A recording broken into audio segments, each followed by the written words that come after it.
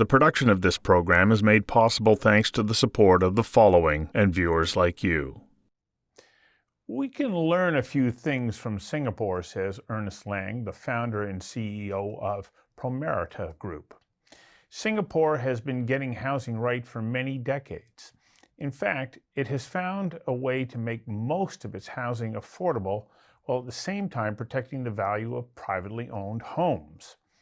According to a report by the Urban Land Institute, private homes in Singapore are the most expensive in Asia, with an average price of, get this, $1.7 million. That makes them the most expensive. That's the average price of a home here in Vancouver. However, the ULI report states that public housing in Singapore is the most attainable when it comes to home ownership. 90% of the people in the country own their own home. Lang says even more remarkable is the cost in relation to median annual income. In Singapore, the median home price to income ratio is 5. In Vancouver, according to Rates.ca, the average home price is 249% more than an average household can afford. How and what are they doing in Singapore that we can learn from? I invited Ernest Lang of Promerita to join me for a conversation that matters about Singapore's housing market and what lessons we may be able to apply here. Ernest, welcome. Thank you, Stuart. It's a pleasure to be here. Singapore is a miracle in so many ways. But central to their success has been their housing philosophy. Absolutely. How has it played itself out, and why is it so important to understand that making affordable housing attainable is important to quality of life and also a contribution to economy? Sure. I mean, maybe it's helpful to understand the context in terms of how Singapore formed as a country. Right. So Singapore used to be a member of the Malaysian Confederation, and in the 60s, it essentially was kind of kicked out of the Malaysian Federation. It depends on who you talk to, which side you talk to, but long story short, it sort of left the Malaysian Confederation and became a country. But it was not given much to start with. So Singapore at the time is an island, a small island. At the time, it was 580 square kilometers. That's it. And today, it's actually an island of only 728 square kilometers. So that's kind of an allusion to kind of the miraculous part of Singapore. Right. They've actually increased their land size by about 25%. That's by extending their shoreline out into extending the shoreline. And, you know, if you think about the cost of actually creating land, like 25% more land in your country, it gives you a sense of the incredible economic miracle that's behind that. Right. To give you a sense, in a Canadian context, that would be like Canada adding land, creating land equal to the size of British Columbia and Ontario and most of the Maritimes. Yeah. Okay, think about the cost of Yeah. doing that. And think about it, this is a country that has no natural resources. When it started off as a nation, it didn't have enough water, fresh water. It was forced to rely on piping fresh water from Malaysia. Mm-hmm. And it had a relatively poorly educated population. It had no education system to speak of, and many people lived in slums. So if you take a look at some of the housing settlements in Singapore at the time, they kind of look like the worst slums that exist in the world today. So how do you go from that to the Singapore of the Crazy Rich Asians movie? The production of this program is made possible thanks to the support of the following and viewers like you. And what role did home ownership play in that transformation? I would argue it actually plays the central role in the economic miracle of Singapore. Because what happened was Singapore was blessed with a founding prime minister, a fellow named Lee Kuan Yew, who was incredibly intelligent, well-educated, and visionary. And he also had a very strong sense of pragmatism. So he was the leader of the PAP, which was the People's Action Party, which was actually the roots are, it's a socialist party. Yeah. Well, I understand he won by 1 vote. Yeah, I've heard that. I haven't, but he barely squeaked in, really as leader. But he turned that 1 vote into, I think, 65 years of continual government, largely because of the success, how successfully he and the party were able to manage the country and manage the development of the country. So I would say the primary difference that I see in terms of how Singapore approached housing versus how we do housing here in Canada is housing is fundamentally viewed as core and essential social and economic infrastructure. Because Lee Kuan Yew, it's basically infrastructure. Because Lee Kuan Yew recognized that in order to have a successful country, you need to have a successful economy. But if you have a country that has no natural resources, the only type of economy, only sort of contributor to building economy will be your people. But how can you successfully build a thriving people-based economy if you don't house them? Right. So it's pretty practical. And you can make that argument anywhere. You can make that argument here. Oh, absolutely. Like without being able to have affordable housing, yeah, it changes the dynamics of the economy dramatically. Totally, because you have like if you contrast the current situation that we have in Canada, and particularly in a place like Vancouver, think about how much energy and stress is created, the baseline energy and stress that's created in a population when so many people, the vast majority of people, are just worried about keeping a roof over their heads. So how much sort of additional capacity and bandwidth do you have to contribute to economy? One good example of that, one proof point of that, is that in British Columbia, between real estate and construction, those two components of our GDP, they comprise about 30% of our total provincial GDP. In Singapore, those two components, construction and real estate, are less than 10%. They're about 9% of GDP. So think about the advantage that Singapore has over the British Columbia economy, where you have additional, more than 20% of the GDP can go to other things. Right.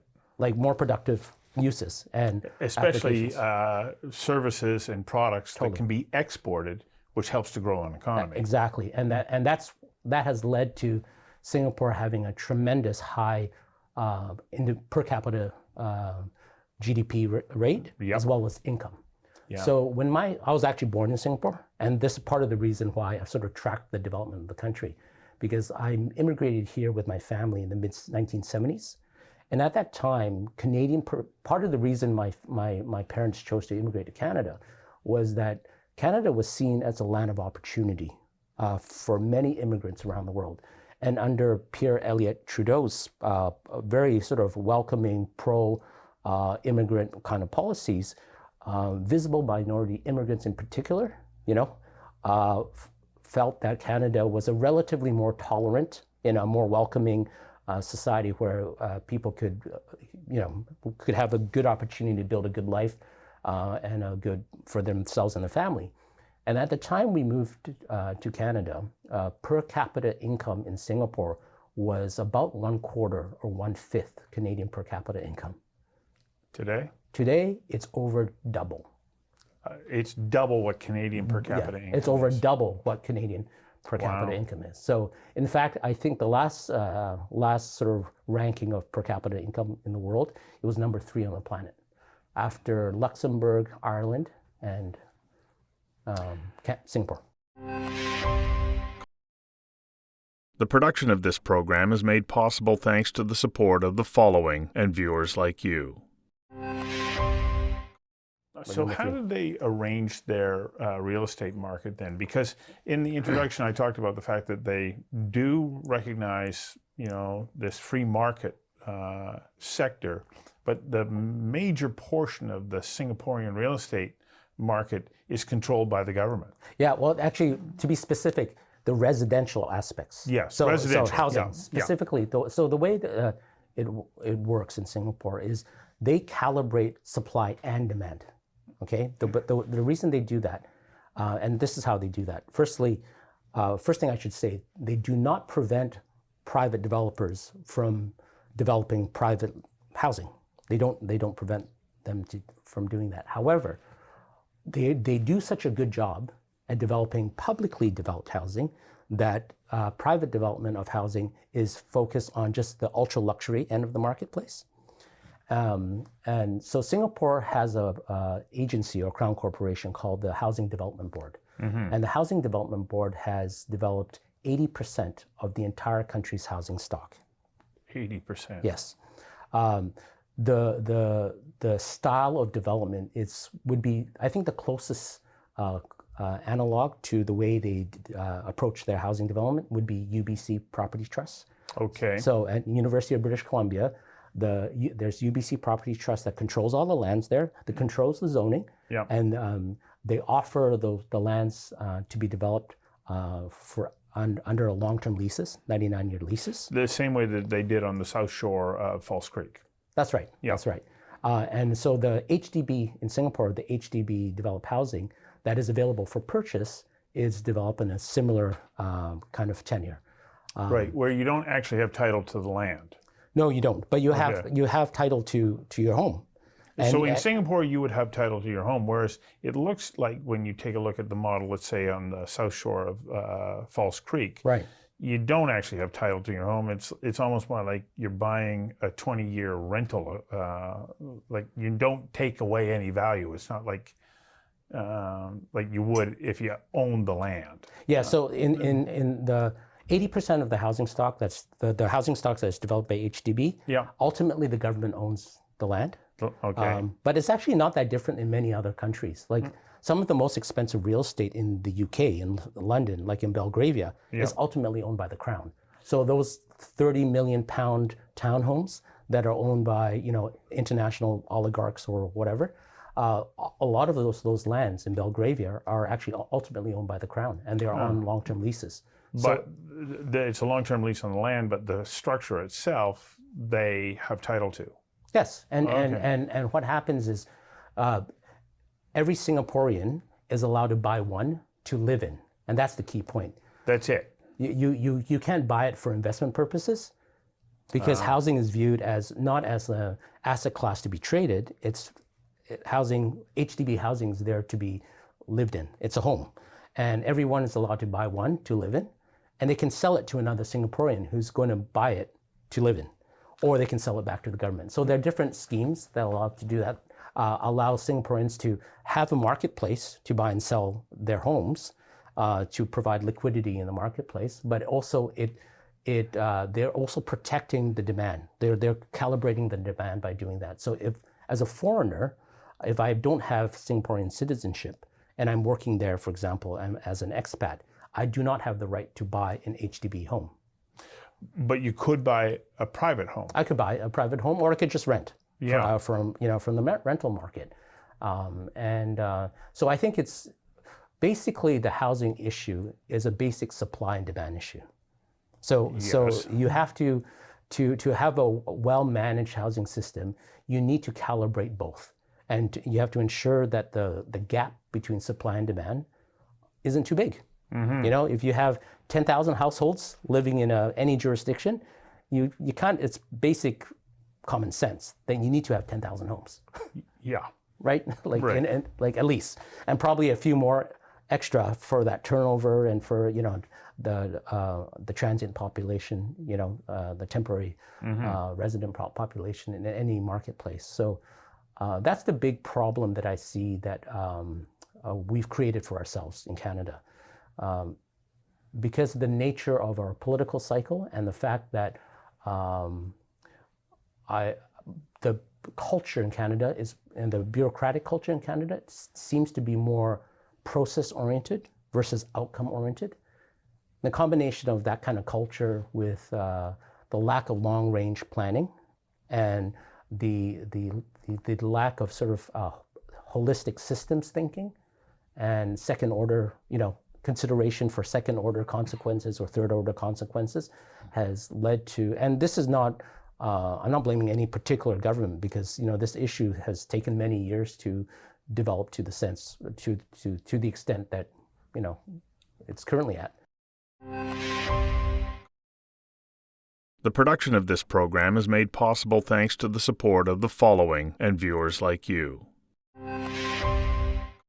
So you point out that we have a couple of models, and one of them, I referred to the south shore of False Creek. Mm-hmm. A lot of those leases that went out in the 70s were coming up for renewal. Right. And they've been extended for 5 years. But at the end of that 5-year period, it's unclear as to what's going to happen next. And so with that kind of uncertainty, is there an opportunity for us still to be able to look at ways of incorporating the Singaporean model here in British Columbia that ensures that housing supply stays within that class? Absolutely. The challenges are, we've actually done something like this in Canada before. So in the Second World War, as the Second World War created a massive transformation of the Canadian economy in the sense that that was essentially the trigger that jumpstart the industrialization of Canada. And then there was a housing crisis in the urban areas because people needed to move from the countryside into urban areas to staff the factories that were needed to build ships and help support the war movement. So there was a housing crisis that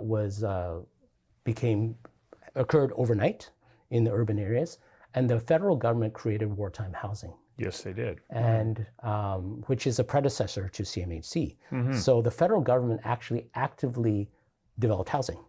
And between 1945 or 44 and for the decade after, we built wartime housing, and CMHC built like 1.2 million homes. Well, you see all those, what they call Vancouver specials all over the city. Actually, they call it, they're actually the strawberry box homes. Yeah. The Vancouver specials are after. Oh, they came later.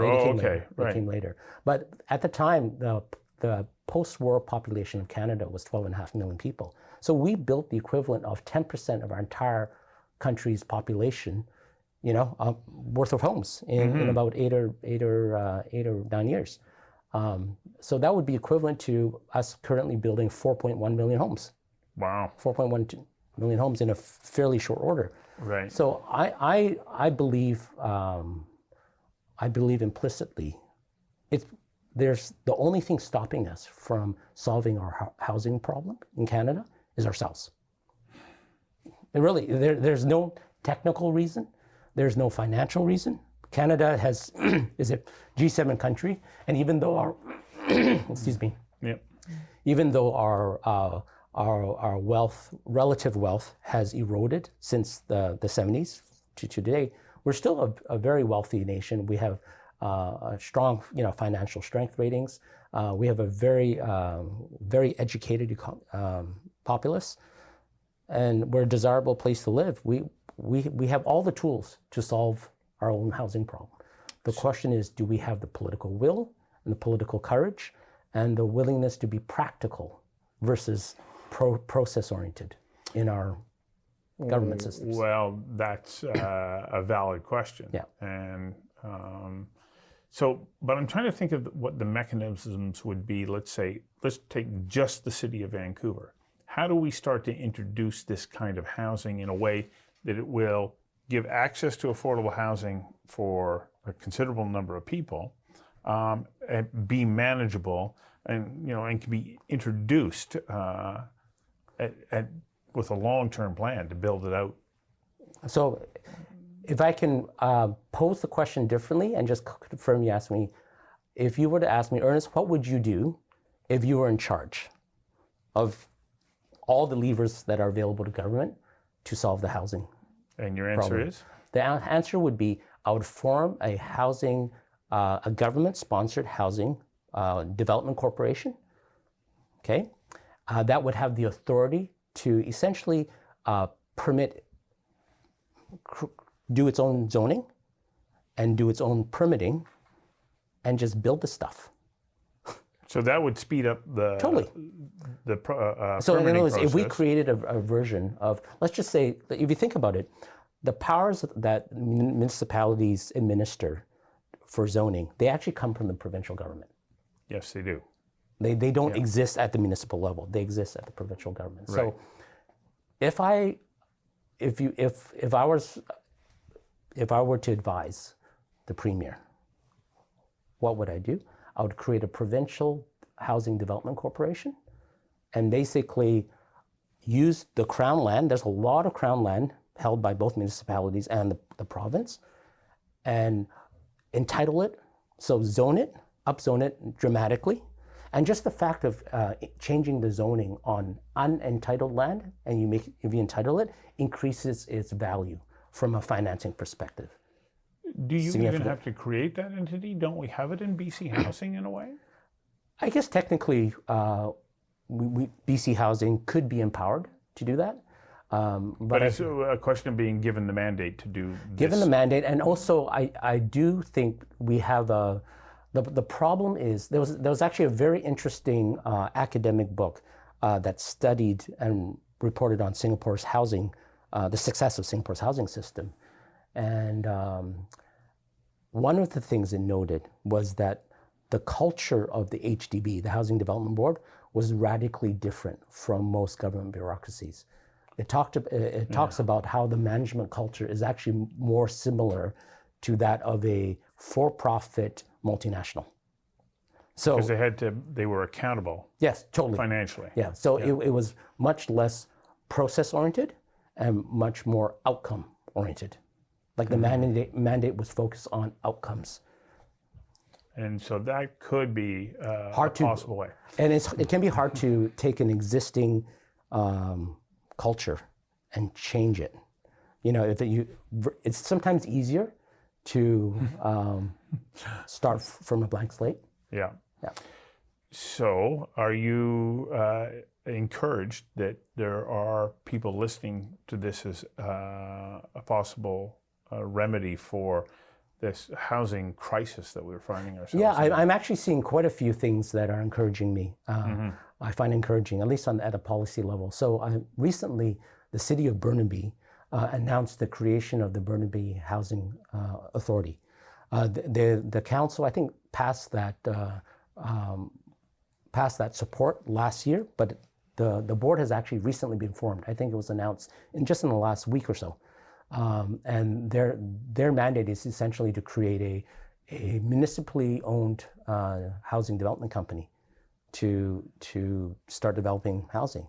I think that's a great idea. Well, I think it's a great idea, and Burnaby once again is showing leadership. It's an extraordinarily well-managed city. Yes. And it doesn't surprise me that they would be stepping up and looking for solutions such as this. Yeah, so I think they're demonstrating at least they could be an example that other municipalities could potentially emulate. I'm also seeing a lot of leadership at the provincial level, under Premier Eby. His government has put in place many forward-looking and pro-housing kind of policies. They haven't yet gone as far as creating a Crown Corp, but my guess is they're probably seeing if the municipalities will step up. And it's nice to see something like a community like Burnaby stepping up. But I think this jury's still out in the sense that sometimes I was mentored by a fellow who's now passed. He was a very senior guy at HSBC Bank, and he used to always say, in business, the best strategy can always be undermined and is trumped by poor execution. So I think many of the ideas that we're seeing are very good. The question now becomes, how well will they be executed? How good is the management and the leadership? Well, we definitely need a wide variety of approaches and ideas to be able to address what is an ongoing challenge, For sure. affordable housing. Thank you very much for your time today. Thanks, Stuart. Nice to be here.